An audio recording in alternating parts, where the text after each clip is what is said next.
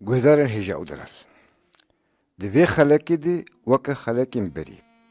Ji folklorê Kurdî em ê ji werî calî çend dîrokên kevin şirove bikin. Ji ber ku folklorê Kurdî bi rastî gelekî dewlemendî deryaka bêbinî ye. Xelek ji xelekê tê kêşan. û çi qasî tê şirove bike dawî lê nayê bi hezarên stiran û dîrokan in. Di vê dîrokê de yan di vê heleqê de em ê ji werî dîroka Bîngolî şirove bikin. Di vê dîrokê de hemû pesên û salexdanê Bîngolî ye.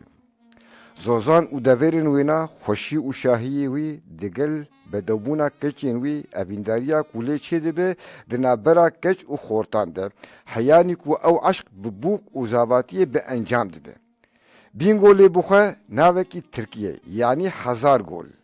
Lê navê wê yê Kurdî Çewlikê ye. Dikeve Bakur û Rojavayê Amedê bi av, çem û kaniyên xwe navdar e. û hingivê wê jî bi nav û deng e. Her wekî çiya û zozanê wê cihê eşîra koçerên Bêrtiyan e. Bêrtî eşîreke pir mezin e û dîrok û stranên wan pir in. Xwedanê keriyên pez û hesp û dewaran e. Xwedanên naxir, ga û gamêşan e. Bi konên mezin in, jiyana wan hemî li ser pez û dewaran e. Tim di zozanan koçeriyê dikin. Lê ev eşîra Bêrtiyan ne ew Bêrtiyên Omeriyan e. Yên ku navê gundê wan Bêrtî ye. Bi rastî zozanên şerefdînî welatê wan e. Di vê dîrokê de çêla zeriyên wan dibe û çend gund û bajarên ku li dorhêla wan in. Dîrok di ber govendê re tê gotin cot cot li hev vegerînin wisa dengekî pir xweş û rewaheke hîn xweştir. Korehê Kurdîtiyê û raseniya gelepûr û folklor tê de tê nimandinî. Ji ber ku gundîtî, xweristî û rihê nazik û xweşbûn û zîneta Kurdistanê û jiyana wî tê berçavkirin.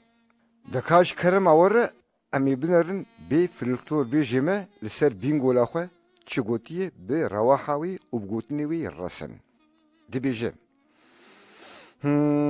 Bîngolê tim ava bî weylê min Bîngolê tim ava bî bi derdê min Timîb gul û giya bî weylê min Timîb gul û giya bî derdê min Cihê bûk û zava bî weylê min Cihê bûk û zava bî bi derdê min Varto cihê xwînya bî weylê min Varto cihê xwînya bî bi derdê min Şeref dîncê Bêrtiya bî weylê min Şeref dîncê Bêrtiya bî bi derdê min Bîngola derî bi derî weylê min Wavaya derî bi derî bi derdê min Jê derket cotek zerî weylê min Jê derket cotek zerî bi derdê min Çavê milya wesmerî weylê min Çavê milya wesmerî bi derdê min Bîngolê bi darê gwîza weylê min